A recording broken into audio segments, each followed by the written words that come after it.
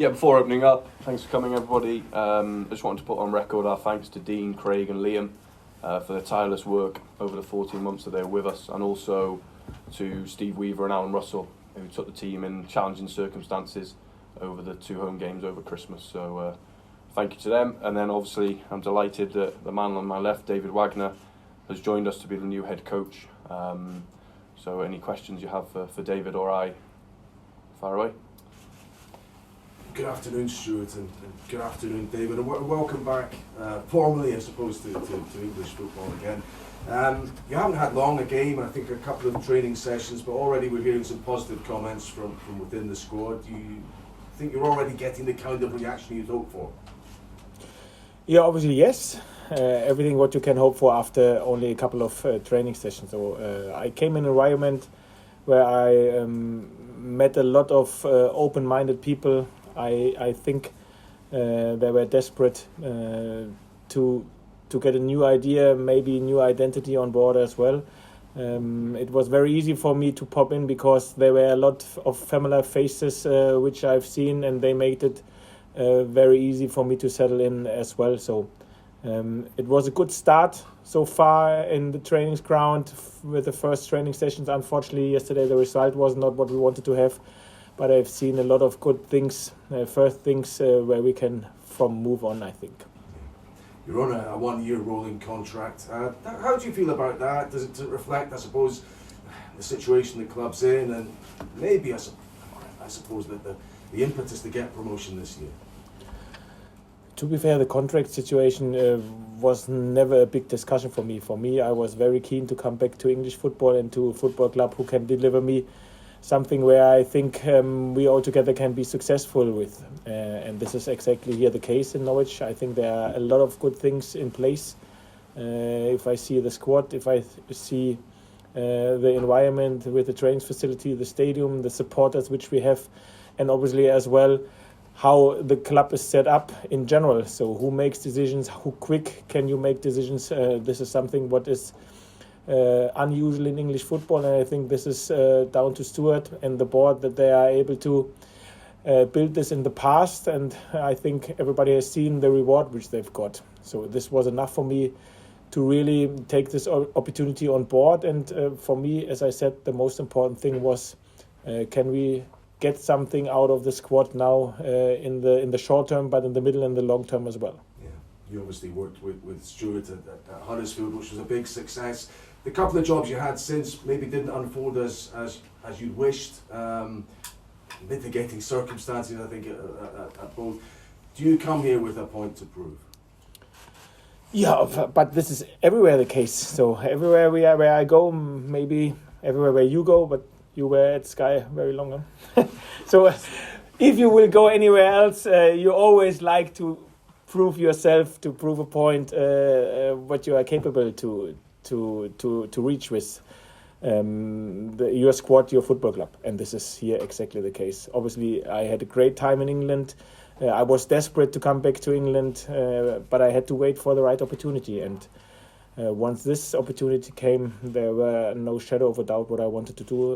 It was clear that I wanted to take this opportunity with both hands.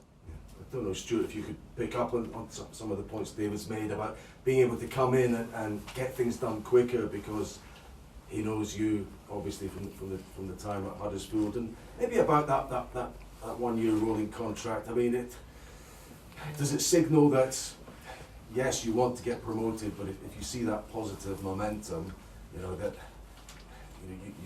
that's the main criteria here. Yeah, I mean, I think the contract length is irrelevant. You know, it's whether someone has a 4.5, 5.5 year contract or a rolling contract. Normally the termination period, or if someone wants that person, is pretty much the same.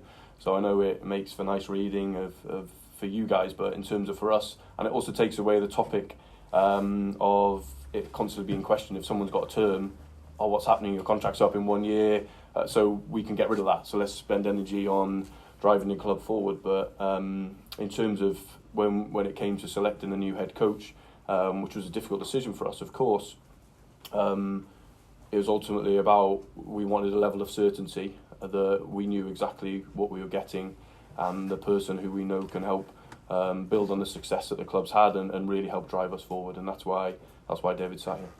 Last one from me. Do you see things the same way in terms of player recruitment, in terms of how you continue to build this club, and do you think the squad will be refreshed in January? I'm not sure about January. I think it's too early to say for that. I think we've got a strong squad.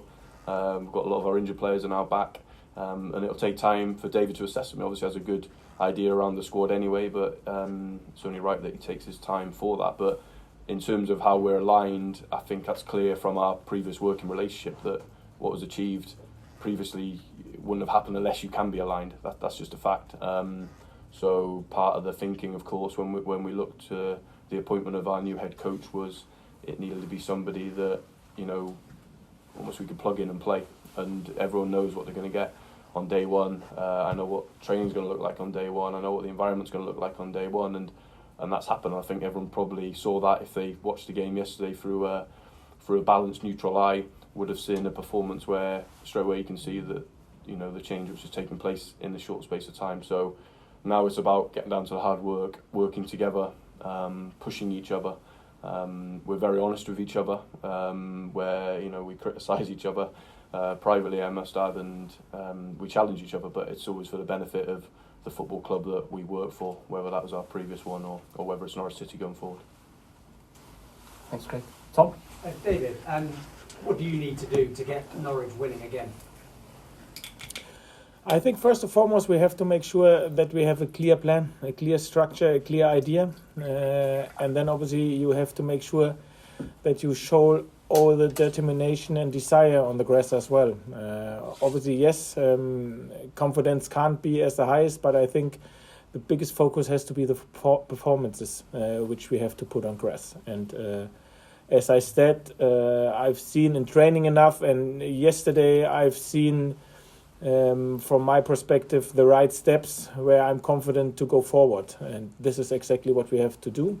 Make sure you work in training on the details, give the right information on board, which are important, that the performance can improve. And I think this is what we will do. And this is then what gives you the results and the points and the wins which we all together are desperate for. And Stuart, things have been difficult for Norwich, haven't they, for the last 18 months or so. As sporting director, are you feeling the heat to put things right here at the club? I think it depends which eyes you look through it. I think in 18 months, correct me if I'm wrong, we won a league title and played in the Premier League. So I think it depends which way you look at it. If the last 18 months has been a disaster, then that's what people think. That's okay. I take that. You know, I've never been shy of taking the responsibility for things. But do I feel the heat? Absolutely not. Because I think what's important is internally, are we growing the club? Are we going in the direction that we need to go? Within the parameters we're in, which all you guys are well and truly aware of what they are, then yeah, we are. So I think in terms of the feeling the heat or the pressure, no. I mean, I'm very fortunate that outside noise, I don't listen, I don't watch, I don't read what you guys write. I'm not a member of Twitter, so life's okay. But yeah, ultimately it's about looking forward, and you know, we've never made a secret of since the day I walked in the door. We want to be in the Premier League, and we want to stay in the Premier League, and we want to do every decision I've made at this football club is with the intention of that happening. Have I got everyone right? Absolutely not, but I challenge anyone who says they've got every decision right in their life. No one in this room has, that is for sure. But it's about constantly trying to do the right things, constantly trying to grow the club, and then leaving it in a better place, and hopefully that is one day in the Premier League, because I think this club has got the ability to stay there, to get there and stay there. And I think the people of this county deserve that as well. It's a football club that deserves that, but that doesn't mean you get it. We've got to earn the right to do it, and we've got to keep trying to find a way. Any more broadcast, Andy? Yeah. Hi David, nice to meet you. David, how have you found the squad in terms of confidence? Do you think there is a lack of confidence? Yeah, of course, but I think this is absolute usual. If you haven't got the results which you thought you will have, if you feel the pressure as one of the contenders for promotion and now you are 11th on the table, I think not everything can be feeling easy. But I said this when I walked through the door. Now it's time to leave in the past what is in the past. To make sure that you get the right information on board, to make sure that you are the fittest team in the league, the most energetic team in the league, the most aggressive team in the league. And with every single battle which you win on the grass, your confidence will grow. This not has only to be by goals or by wins. It can grow step by step by every single challenge which you win. And this is exactly what we like to produce in training and then in the games as well. Obviously, goals and wins will help, but first and foremost, we have to make sure that you are ready for every single battle and that you perform on the highest level. And this is exactly what we try to implement into the squad, into our training regime from day one. Obviously, it needs a little bit of time, but what I can say, the players which I've met, they are very open-minded. They really want to work. They really want to adapt to the new idea. I think you were able to see even yesterday that we defended much more higher, that we were much more often able to win the ball high up the pitch, that there was a lot more energy on the grass, and that we were able to pin the opponent in their half, especially in the second half. Again, not everything was great, absolutely not. We didn't create enough clear-cut chances. We had 20 corners and we didn't score. It's a lot of work to do, no shadow of a doubt. But I'm very confident that we get this solved. And Stuart, just quickly, was David always your first choice, or did you talk to other candidates as well? No, I mean, of course, we went through a process of speaking to people. It's a job that, I think, a lot of people wanted, as you can see from my phone records, if you had them. Because it's a job that is seen within English football as one of the ones you want, because it's a stable club. It's a club that has grown off the scale in the last few years. We've got a thriving Category 1 academy. We've got a fantastic fan base. So it's a club that gives coaches time. And if you ask most people either wanting to become a head coach or have been a head coach and want to continue being a head coach maybe at a slightly higher level or what have you, is it ticks so many boxes that people want. So, but what we were very clear on was the type of person that we wanted and what we wanted to see, and that made the search narrow. It made it short, and to be honest, David, because of our previous working relationship, obviously I knew exactly what he is and what he brings, would always been the first choice. But at the same time, you don't necessarily just go for that. You have to speak to other people and to then present to the board of, this is my recommendation, this is who I've spoken to, this is the strengths and weaknesses. My recommendation is David. Do you support that? Obviously they did. So yeah, that's what made it a little bit of time as well over that sort of 4 or 5 days, which isn't a long time, but it can feel like a long time, certainly in this industry. But yeah, it was very clear that we knew the type of person we wanted, and then when David showed real keenness to come, it became pretty easy in the end. Thank you. Thank you. Okay, any more broadcasters? No. Okay, can we go to the written guys if that's okay, please? Who wants to get us going? Yeah. David, how important to you in your decision-making process was it that Stuart was sporting director, given your previous success together and knowledge of each other's working practices?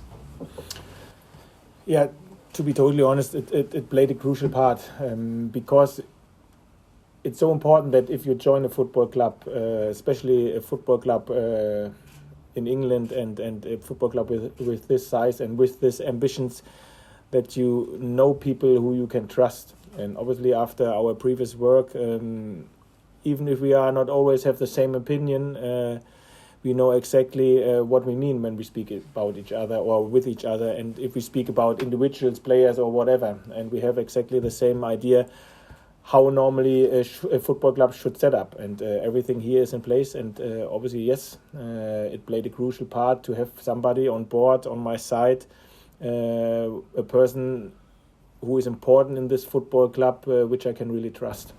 And Stuart, certain Norwich fans may be inclined to look at the renewed link with David and perhaps suggest that this is a situation where two previously successful allies are teaming up almost out of necessity to restore reputations that are not quite where they have been in better times. Is that a fair comment? No, I think that's a lazy comment, if I'm honest. It's an opinion and people are entitled to that, but I think you could look at it the other way and go, David was available, wanted to come, highly motivated, and then I go and appoint a complete unknown from somewhere and it doesn't work, then them same people, I pretty much guarantee, would be writing, why didn't you go with the option that you knew would work?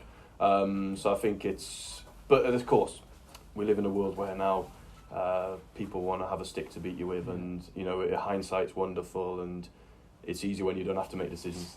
When you're just writing about stuff or just commenting, it's super easy because you can offer an opinion and you're not held to task on that opinion, so it's really easy to write that. But I also understand it, and that's part which comes with it, right? Yeah. You know that, we know that. Now, Tony, okay. Thank you. Yep. Makes sense. John? I don't. Norwich have been promoted to the Premier League twice. But they've gone straight back down again. You went up there and you stayed up there. How can this be done? How did you do it, and how can it be done for Norwich? What is the secret to the Holy Grail? I think I understand your question and I totally got it, but I think to look so far ahead, it doesn't make sense. I think it's very important that we take everything step by step. And as well, and this is what I said, this counts for me, this counts for the football club, and I said this to the players as well. Even if you won promotion once or some of them twice, it doesn't guarantee you that you automatically win promotion again. No, this is not the truth. You have to earn the right to get promotion again.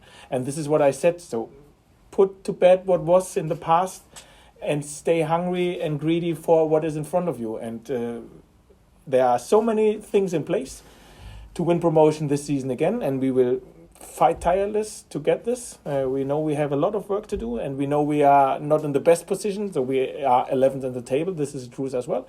But we will do everything to make it happen in this season, and then we can speak about how you stay up in the Premier League. Have you seen enough ingredients you need from what you've inherited here? Everything what I've seen in the first couple of days, or now it's more than a couple of days, and even in yesterday's game, and all the conversations which we had, meetings which we had, what I've seen in training, we have a chance. Will it happen? I don't know.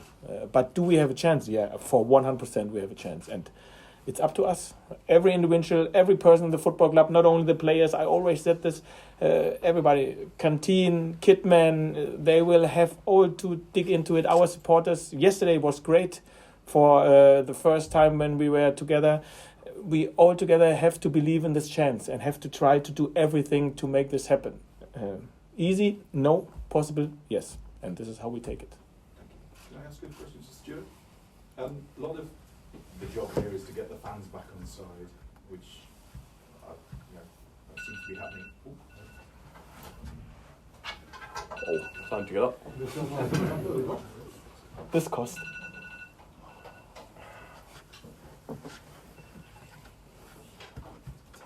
John, go on. A lot of the job is to get the fans happy again, and it seemed that yesterday was a step in the right direction. Did you feel that's something that you would like to do yourself?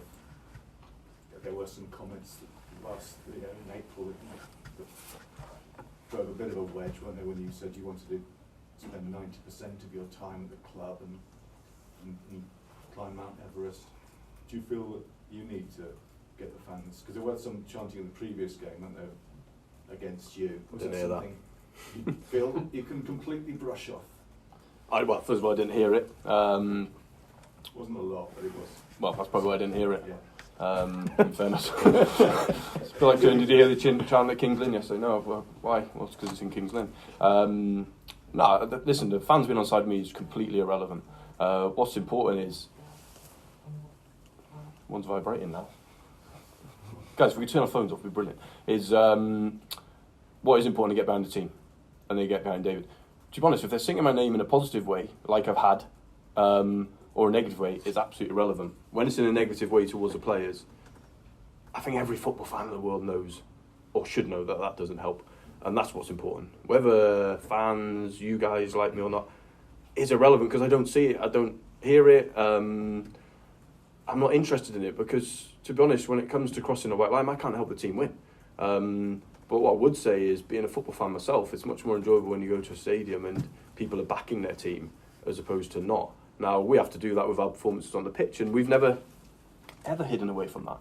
I don't know anyone in football who's ever hidden away from that. But, yeah, in terms of for myself, I'm not important in this. I've always said that. People try and make out it's more important or more of an issue, but it's not. I'd rather them be shouting at me than someone else. So end of last season, no problem. Shout at me, call me this, that and the other, because at least the players didn't get it, and at that stage Dean didn't get it. Which is better because unfortunately I can't go on the pitch and score the winner. I wish, probably like all of us in this room, that I was good enough to do that, like you would all want to be, but I'm not. So supporting me, irrelevant. Were you disappointed to turn so toxic so quickly for Dean?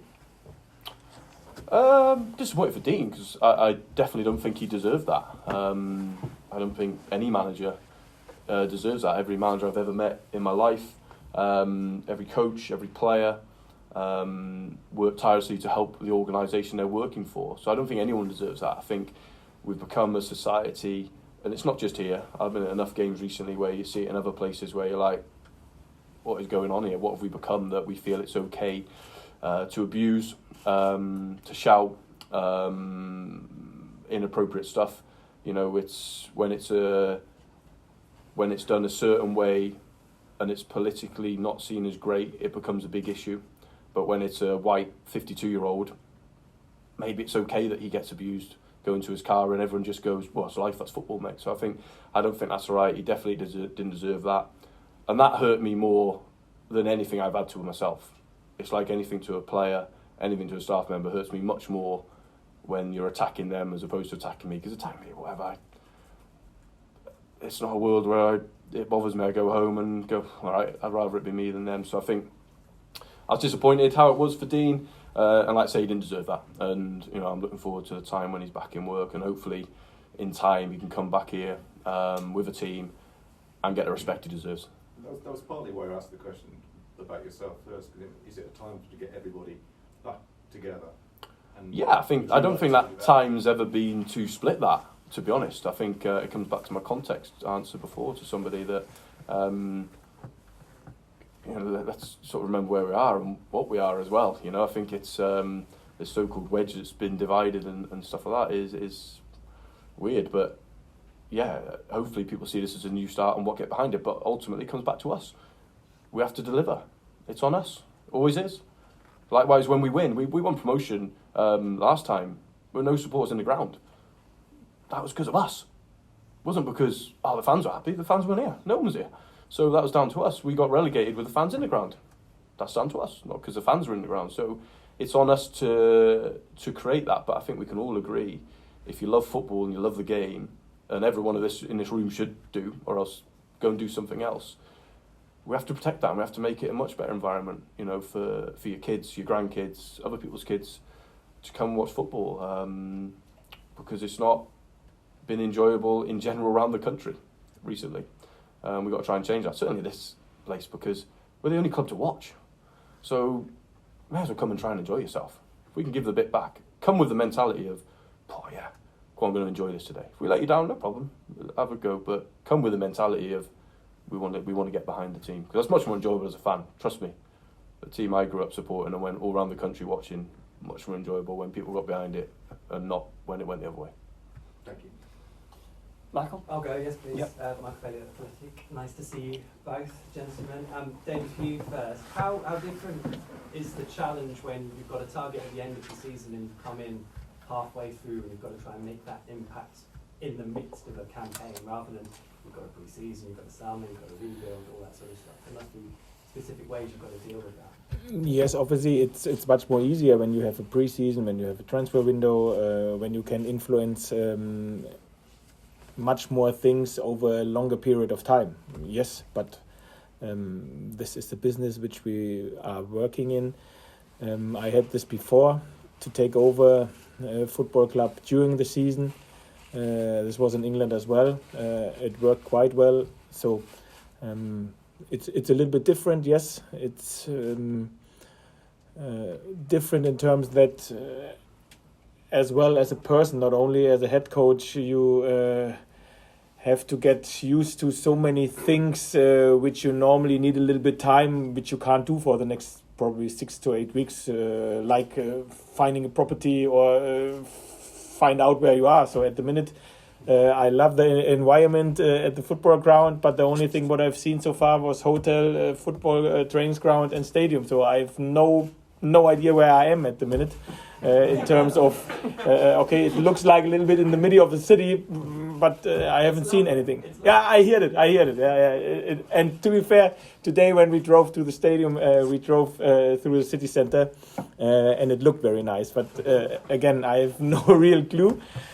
But it's not important, to be fair. At the minute, it's all about get used to the players, get used to the staff, to get our ideas across, get everybody on board, and perform on the highest level. And with good performances, consistently good performances, results will come. I'm pretty sure.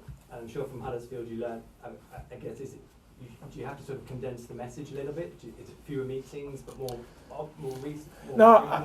What you have to do is you have to make yourself at first totally clear what are the very, very important messages you like to get across, and maybe what are the importances, the messages which are not so important, or you can wait maybe with a week with. And this is something where you have to get your head around.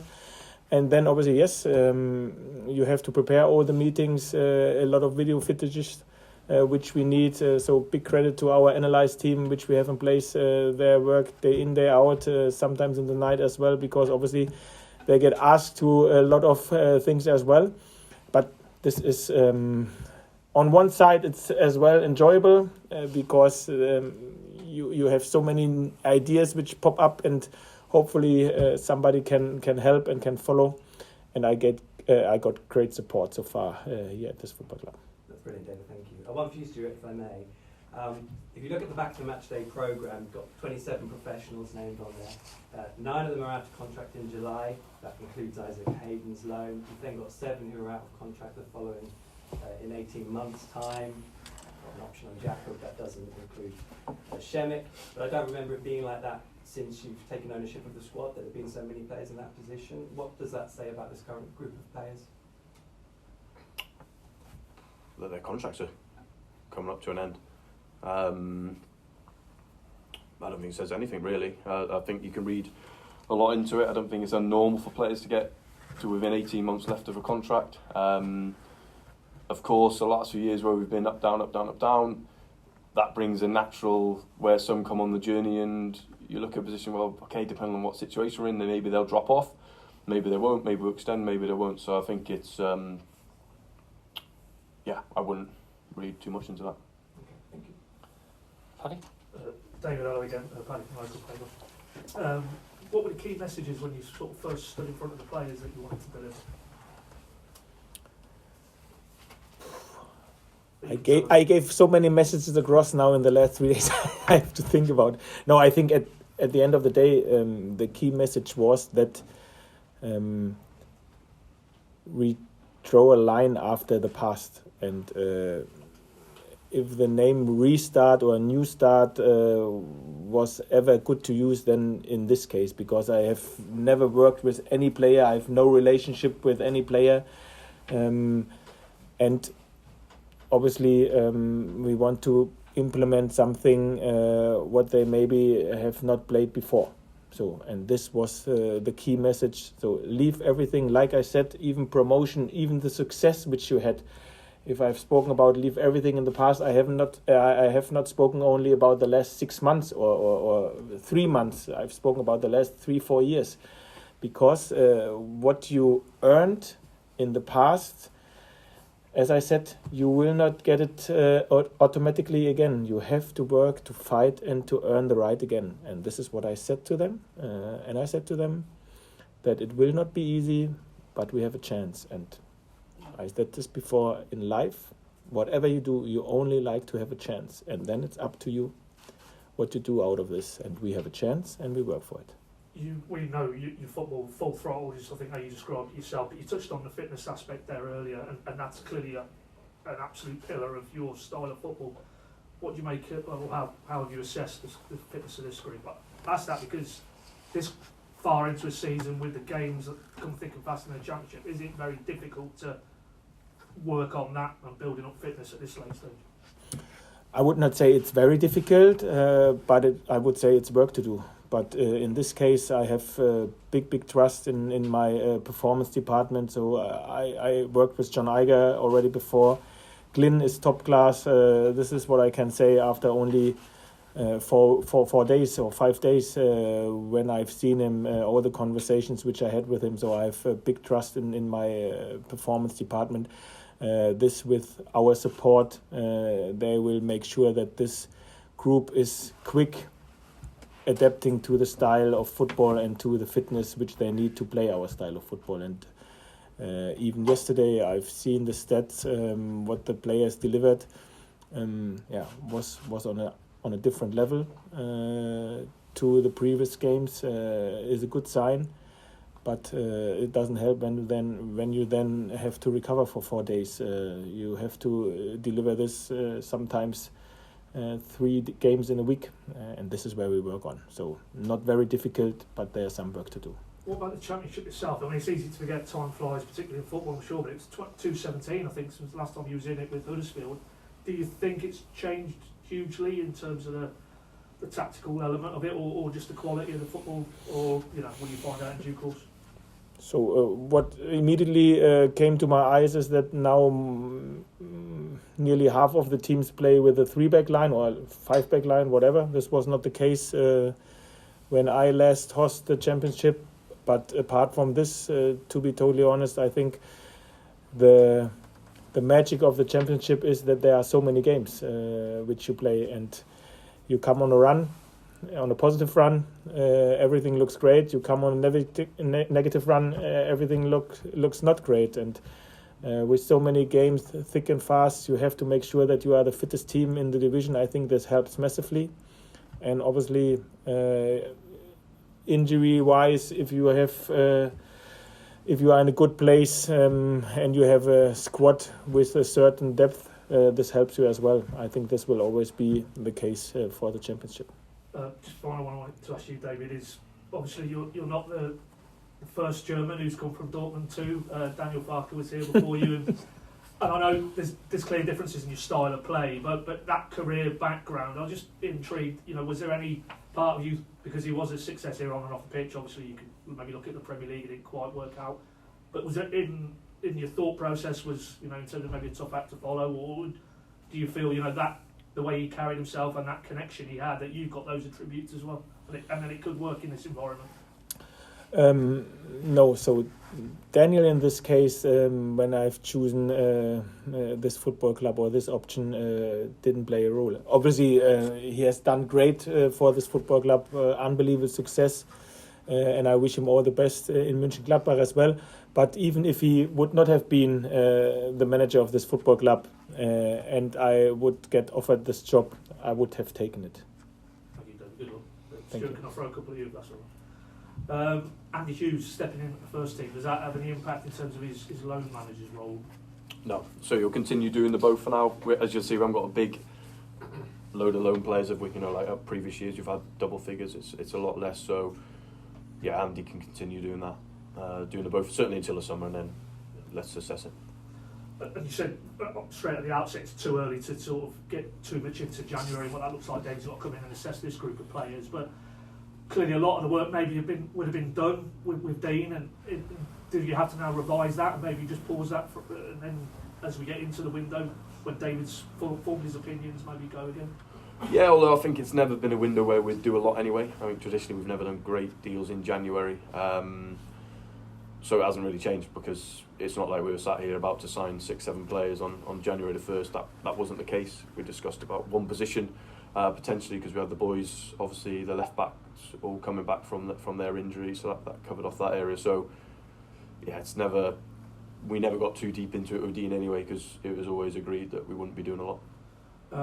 you and David had great success with the loan route at Huddersfield. I think back to Palmer and Moy. Is that something you think? Obviously, we're still maybe at the hypothetical stage, but as January elapses, could you look to explore that route? Yeah, of course, all options are there, but I also think Huddersfield's a very different club to Norwich. In terms of what we have here, in terms of the scouting network, in terms of the one academy ourselves. We didn't have that luxury at Huddersfield. So, yeah, ideally we want to develop our own players and we want to own our own players and make them better. That would have been the same at Huddersfield, but like I say, it's very different then in terms of what we had available to us. So, of course, always an option, but would never really be our first choice here. Couple more if I can. You restated when David was confirmed that Premier League promotion the rest of this season, that has to be the aim still. But you look at Huddersfield, very similar when David went in kind of halfway through the season, and that second part of that season was almost putting the building blocks in place, and then of course everybody knows that the second season was when. So as much as clearly the goal has to be Premier League, is there also maybe a thought that if the season elapses in a different direction, it could be about building again for next season and a new cycle, basically? Yeah, absolutely. This isn't an appointment just to, there wasn't a gun sat next to Dean's head, to David's head of you must get promoted this time, because that'd be unfair. We're starting from a position of being 11th in the Championship. So, and I think let's not forget when we relieved Dean of his duties, we were 5th in the Championship, and so it's not just about the short term. Of course, with 20 games to go in a season, we can't just give up on a season, because I think everyone would be pretty disappointed if we came out and said that. So of course, but it's about, can we try and achieve that, because it's still on the table. If we're still in the FA Cup, we would still be saying, can we achieve winning the FA Cup? But if it doesn't, then this appointment, like the other two that have been made since I've been in the club, haven't just been about the short term fix. It's much more about, can it work in the short term? Of course, that's every objective, as it was with Daniel when we finished 14th in the first year. That wasn't the aim, that wasn't the goal. But much more, can we continue building? Can we keep getting this club ultimately where we want to get it, whether it's this year, next year, in 5 years? It's about, that has to be our mindset. But in terms of the here and now, the most important thing is Preston on Saturday. Can we get our performances right first? And then normally results will follow that. But if they don't, then absolutely we have to be thinking about next season and the season after. And final one from me. I mean, you've been very open, very honest, talking about Dean, and maybe on a human level he didn't deserve that. Can you stop and or have you reflected since why you feel it didn't work out for Dean and Shaky here? Was it just, as always, maybe in football's right person, wrong time? Just doesn't fit. Even though, as you say, without the benefit of hindsight, it may have looked like he was the guy who could drive it forward. I don't know. I mean, let's not forget the Blackburn game at home. If we'd won, we'd gone third. But it felt like that wouldn't have been enough. It felt like that wasn't enough. So I think it's difficult to know, and I've been reflecting a lot, of course, on that, and I haven't got there yet, to be honest. I'm not sure I ever will get there on the answer to that. But what I do know is when we had to make that difficult decision, it was about, okay, what's next? What's the right thing for the club? Let's move this forward. And to be honest, if I go to my grave having never worked out what wrong with Dean, but it goes right this time, then I'll take that to my grave and be able to rest easily. Erstmal herzlichen Glückwunsch. Also, hervorragend. Alles Gute. Now I can relax. No one else can, but. Benjamin von Klaviersport, ganz bestimmt, ja.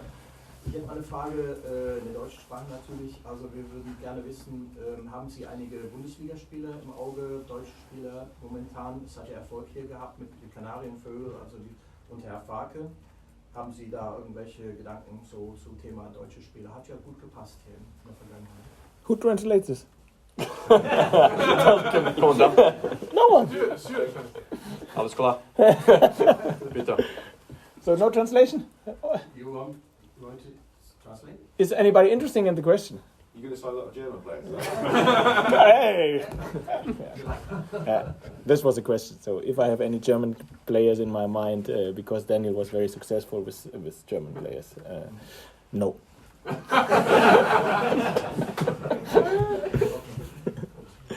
Nochmal. Dankeschön. Ja, war ja ein bisschen kurz. Ne? Ja. Ich hätte jetzt eine Frage, haben Sie schon überlegt, Thema kulturelle Veränderung? Ich meine, Sie waren ja bei Borussia Dortmund, Schalke 04 eindeutig, ne? Haben Sie überlegt, irgendwie kulturelle Veränderungen irgendwie von dem Verein, was Sie adaptieren können, sagen wir mal ein bisschen mehr Ruhrpott-Power bringen? Also die Frage. Okay, the question was if I can implement something from Dortmund or Schalke maybe into this football club as well, in terms of the mindset maybe of the region, of the people. Ich antworte auf Englisch jetzt. Ist das okay? Okay. To be fair, no. I think every region has to stay for itself, and this is, I think, what everybody has to respect. So I think it's more that me or we have to adapt to what the people here get asked, and I know that they like this entertaining, energetic football here, and this is what we like to deliver in at this football ground. That everybody likes to set, and he was right. Comes to the stadium with a mindset to support them, and hopefully we give them something that they can cheer after the game. First and foremost, the performance, and the most important thing afterwards will be for sure to have the wins. One more, and then one for Stuart, if it's allowed. Yeah. It'll have to be in English or Welsh. Ich hätte es nur gern gefragt, welche Rolle sehen Sie für den ehemaligen Werderaner Milot Rashica und natürlich der Josh Sargent und natürlich der deutschstämmige Onel Hernandez hat ein super Spiel hingelegt gestern. Flügelspieler haben gut gesehen, also welche Rolle sehen Sie für diese Jungs insbesondere? Okay, he asked me about the role of the particularly about the German players or the players who played in Germany. So I agree with you. Onel was very lively yesterday. For this 55 minutes, I think then he started to get tired. So for him, we for sure have to build up his fitness, that he's capable of producing this performances on a longer period. But the period where he was on the grass, this was quite good, what I've seen, and in training as well. Josh, we gave a few days off because of his very busy World Cup period. I've seen him today the first time, but he will be back on training for Wednesday. Obviously, I know him very well from Germany. I think for me he's a central striker. It isn't his best position to help out on the wing. This is where he can help out, yes, but this is not the position, I think, where he can play to his strength. So I think he played. His season was not too bad so far with everything what he's shown. Still a young guy, so I'm really looking forward to work with him. And Milot obviously is on loan in Galatasaray. Everything what I've heard and what I've seen, they and he is, they both are very happy with this loan so far, and this means we can be very happy with this loan as well. Hopefully they can win the title, qualify for the Champions League, but this loan counts till the end of the season, and this is why he isn't on my radar for this next 20 very important games. Hopefully some more in this season, and this why I think about Milot we should speak after the season. Okay, Stuart, hello. Hi. Question is, it worked very well with the Kanarienvögel, the German players, core of 12 players that you had with Daniel Farke. Just two things. One, are you considering Bundesliga players? Do you have any Bundesliga players in mind, or German, slightly Bundesliga, whatever? And secondly, would you consider looking at, or can you recall Milot Rashica? Just this, yeah, thanks. What he said was, no, so the second question, no, we can't recall Milot, so let's just deal with that one first. The first question, I think what we have to remember is the same when we're at Huddersfield, that with the rules of Brexit, it's changed everything. So if you look at that team we built here, we wouldn't have been able to sign Pukki, Stiepermann, Zimmerman, Franjic, yes. Who else did we have in that team? Leitner. All these guys, they wouldn't get the points now in the Brexit rules. So that's obviously changed recruitment, and that's why as a club we've done a lot around project in South America over the last 4 years, because you know, as one door closed, others did open for us, fortunately. So I mean, German players, I think, will always be interesting. I think especially when you have a coach from any country, if I have a Spanish coach sat here, you'd always talk about that because there's maybe a longer backstory with the player, communicate easier with the player, and if it's a market where we can get an advantage because of who the coach is, then that's great. It would be foolish not to use it. But yeah, that's more for probably the mid-term as opposed to the short term. But yeah, the Brexit rules has killed us. So Bundesliga 2 now is not impossible, but unless you're a real young talent with lots of caps at international level under 21 or senior caps, then it's pretty much that door's been closed, unfortunately. Okay, thank you everybody. We're going to jump outside and do a little bit with